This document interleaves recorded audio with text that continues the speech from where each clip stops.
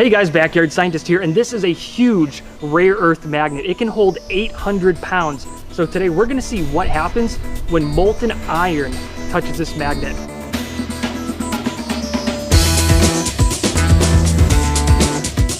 So this magnet is so strong, I can pick up these paper clips from like a whole foot away, right? What I think I'm gonna do first, so we don't destroy the magnet right away, is put it under a table. So,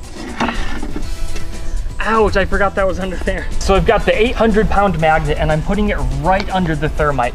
And I'm gonna put the board on top of it to protect it. So when the molten iron comes out, it should like maybe make cool patterns from the magnetic pull.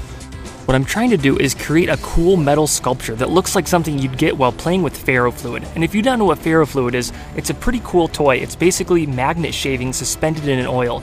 And when you put it next to a magnet, you get really cool shapes like this. So let's see if I can make one with molten iron.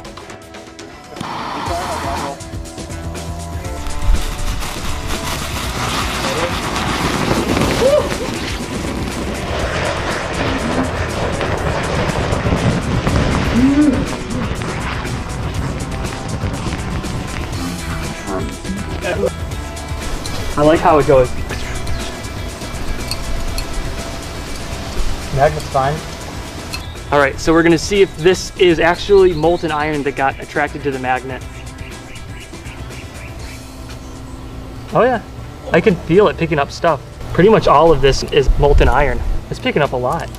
But then again, it's picking up a lot of stuff from the grass. I think I was wrong. I think this didn't work at all because most of the iron went onto the grass. So I actually picked up more iron from the grass around the board than on top of the board, so I think the magnet didn't really attract it. Wow, this is really on there. Oh geez.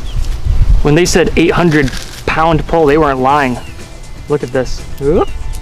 So what I've done here is I've stuck the magnet to a piece of metal in the ground so it's parallel to the thermite. So when it goes off, we'll see if the metal stream gets attracted to the magnet or not, and if it doesn't, it'll just fall straight to the ground. We'll see if it bends. All right, here we go. 3, 2, 1.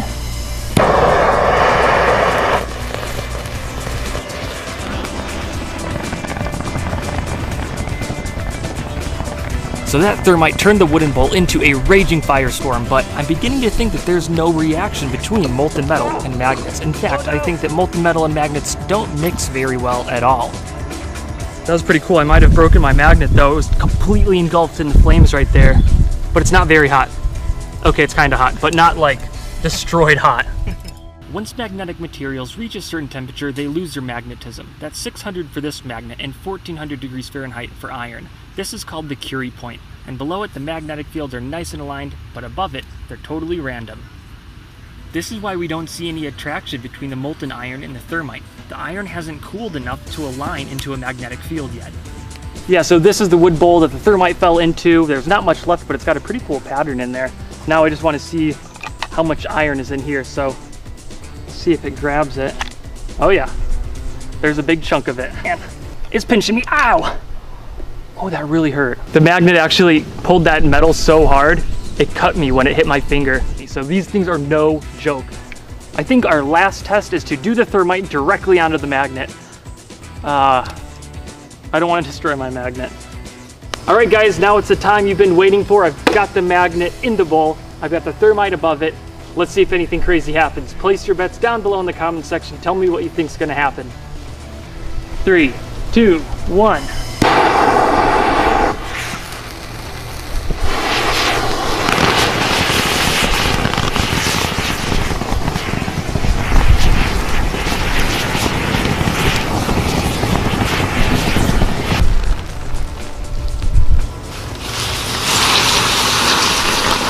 All right.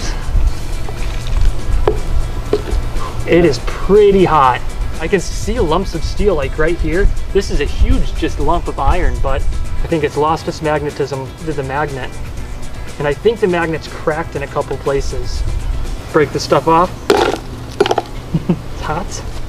Oh my gosh, it's super hot.